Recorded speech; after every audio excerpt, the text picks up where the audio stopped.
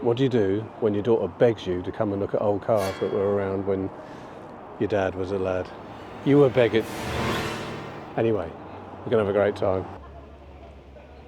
This is a favourite of many, isn't it? DeLorean. Funny thing is, I said to my daughter, do you know what this is from? And she hasn't seen the Back to the Future films. So that's the list, on the list. Trouble is, if you show them too early and they're not ready for it, might put them off. So I time it right, but I think she'll love the films. We've done the calf first, because you know what it's like, hungry child. First stop has to be get some food. And then I know she'll concentrate for more than 10 minutes. I might get 15 minutes out of her when we're in there, eh? Yeah. Right, what are your chips like so far? Good. Brilliant. Apparently they're quite hot. Thea's been given a quiz, haven't you? Yeah. So what have you got to find? Some registration numbers, haven't you? And different cars. And you can win a model car, can't you? Should we start looking? Okay. There's the yellow one. So what's the question there? Oh, I better not give it away in the answers. So you need that one, don't you? Which is a 72 Mark 1 Ford Escort. Brings back some memories. So I'm trying to show Thea some of the cars that were around when I was a lad. So things like this would have been getting on a bit and a bit cheaper. So this is a 1300 GT, so perhaps a bit much for a young lad, but these Escorts, especially 4-doors and things, they weren't overly pricey, not like now. I think we're going off this way because you're trying to find another car, aren't you?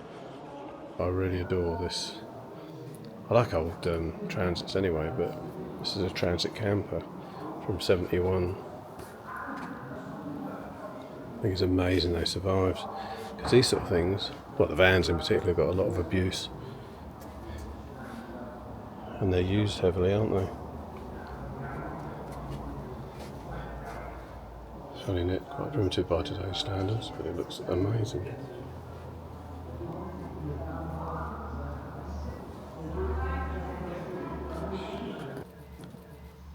Oh, this is a gem, a Vauxhall Victor. FE 1974.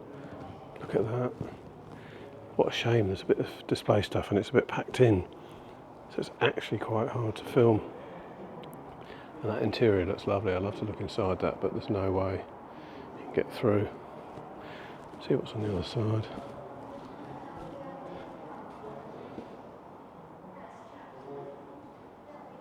That's lovely. What a nice car.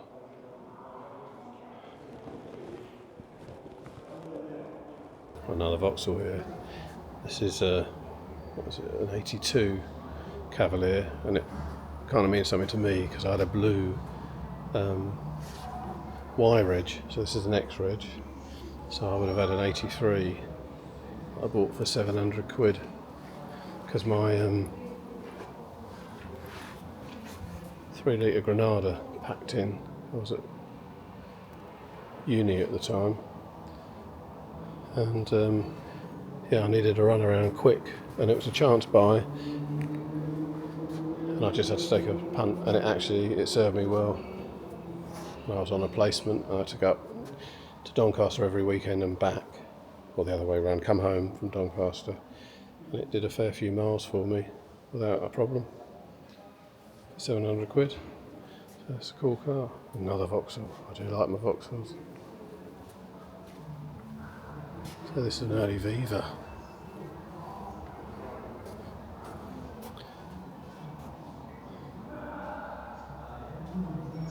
Again, this would have been I suppose when I was driving late 80s, this would have started to become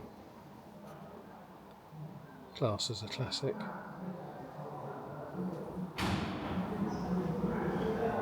So not cheap as Chip's motoring, but still. Right, Victor FD.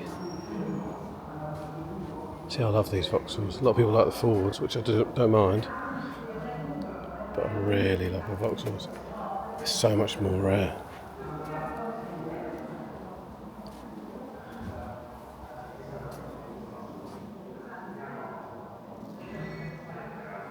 Amazing. Good old Capri. Boy racer car of the 80s.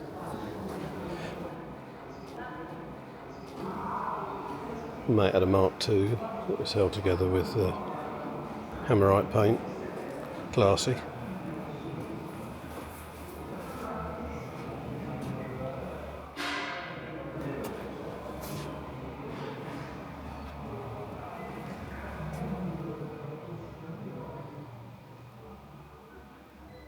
My first car, I was learning to drive in as well, and then had it for a bit after I passed my test, was I think a Y-Reg Fiesta. Of course, this is an XR2, so mine was like was it a 950?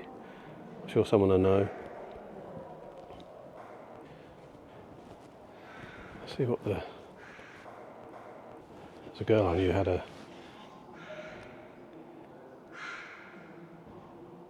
Fiesta Super Sport. She was very stylish, obviously.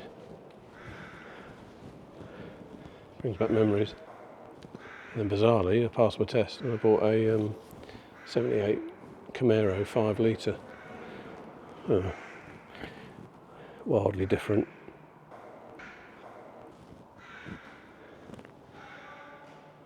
Metros. I hated them then, I don't like them now either. But still, I'm glad it's still in existence. I remember the Maestros when they came out and a teacher getting one. And all looking inside in wonderment for some reason.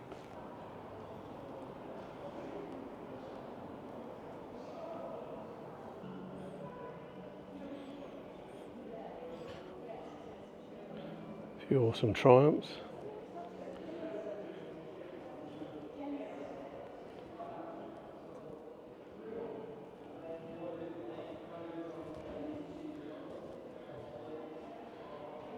Triumph Toledo. Remember these well, especially if you couldn't afford a Sprint.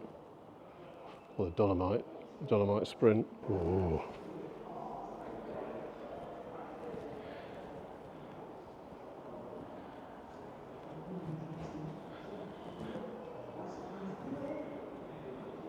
PA Cresta.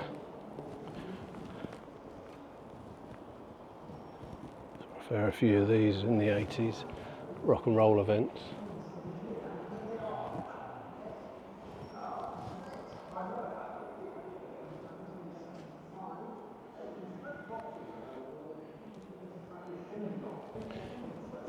It can be quite tight to get around some of these, but do you know what? They do leave all the windows open. And they ask you not to open the doors, but they do leave all the windows open so you can look in properly, which is nice. I love this Viva HA from '66. Check this out.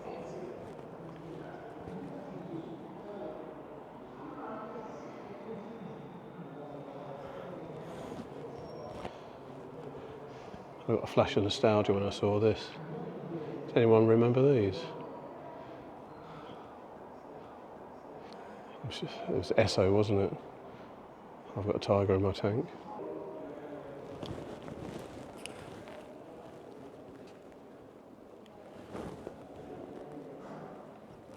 So this is a Viva that I remember a few friends having.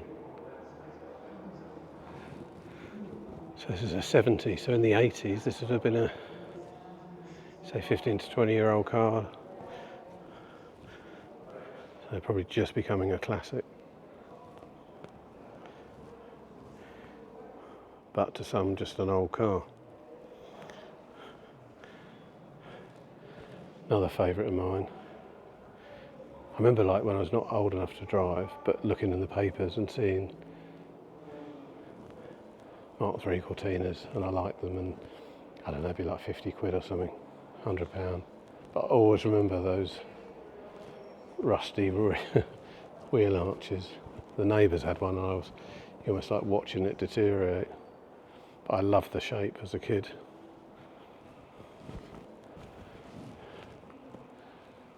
Which is why I think I sort of switched on to American cars as well. It's the styling.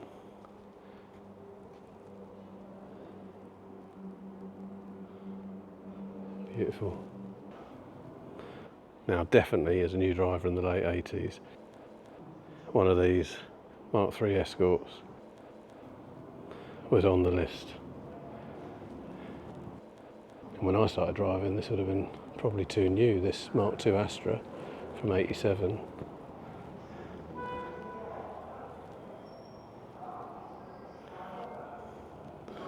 And that's definitely one of the cars I think that we would have been saying, oh, I don't like modern cars, there's no way they're going to be classics.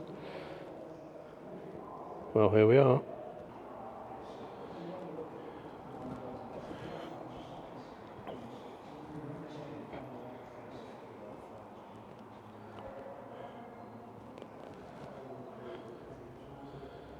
Unfortunately, this stuff doesn't interest me so much.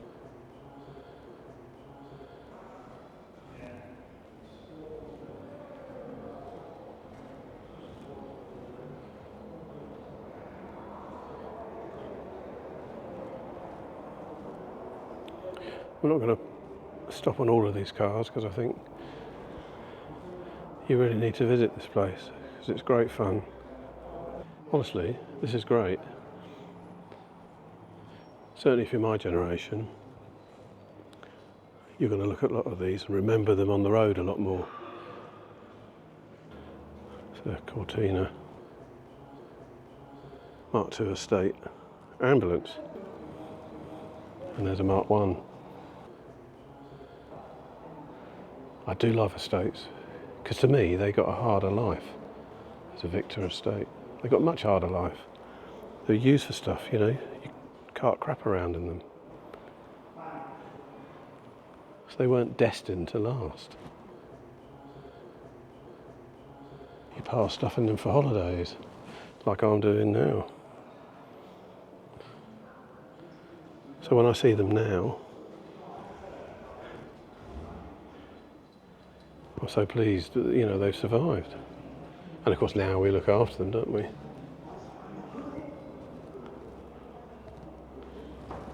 Amazing. This is something that I wouldn't even seen much in the 80s. Humber Hawk Estate from 67. Beautiful car.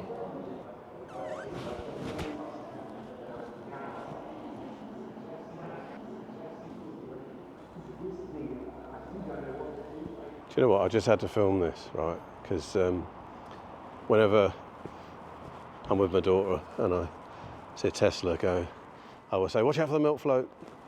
And of course, her young generation hasn't got a clue what a milk float is.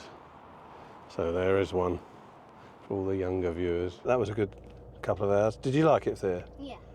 Okay, it's quite difficult when you've got young kids. And I think the quiz, excuse me, really helped her because it was something to do. We had fun finding stuff together, didn't we? Yeah. For me, I loved the cars that I loved and the stuff I'm not so keen on, but that's true of any collection. And to me, it's what would have been the runarounds in my parents and my era that really made it for me. And you don't often get to see them in one place. So I'd recommend coming and then having a closer look at these cars, putting your head in there, getting that smell of the interior to remind you what it was like. Right? Recommended, yeah? Yeah. See you later.